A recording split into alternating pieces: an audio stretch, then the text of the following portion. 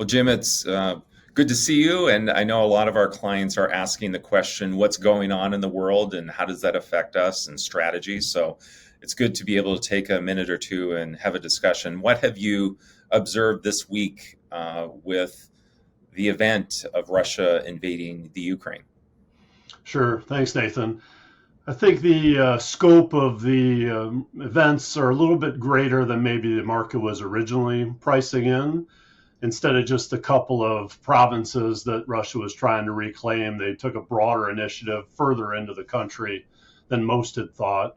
I think this is exacerbating some of the issues regarding inflation and supply chain disruption and commodity prices that have been going on in markets this year. And then the broader implications for European nations, too. They're a little more dependent upon Russian oil than, say, we are here in the US. And they're a little bit closer, obviously, to the fighting than we are. So it had a little bit more of an effect for European markets, especially after what happened on Thursday.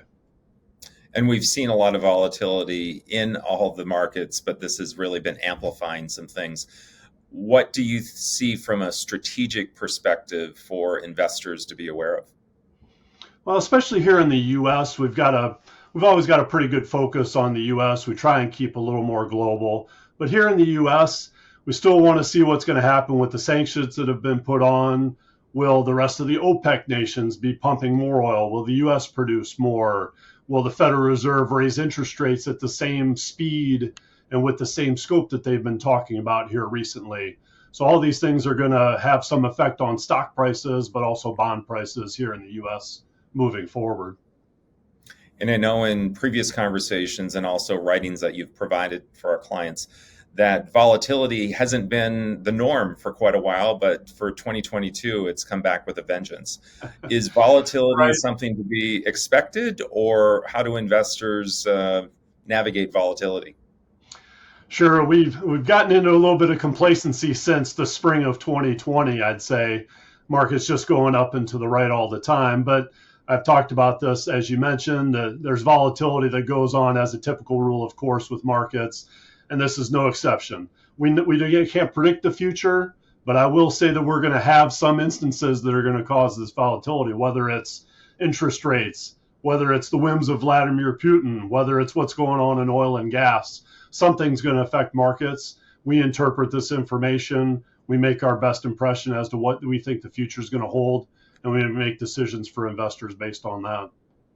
And I know based upon a recent conversation you and I had, we're still optimistic that the economy is strong, especially in the US, and that we're expecting a high probability of a single digit positive return on the stock side. Do you see this adjusting that expectation, if anything, if at all?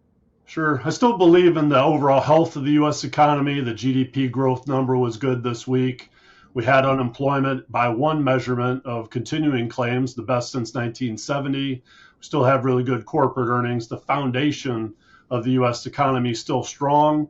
If anything, like I mentioned earlier, the Federal Reserve might not raise interest rates as much as some people think moving forward. All these things are still additive in my mind for stocks. That's still our base expectation, but we can change our mind if the situation on the ground changes in the future. Thanks for sharing your thoughts and appreciate the work that you and the investment committee continue to do. Thanks, Nathan.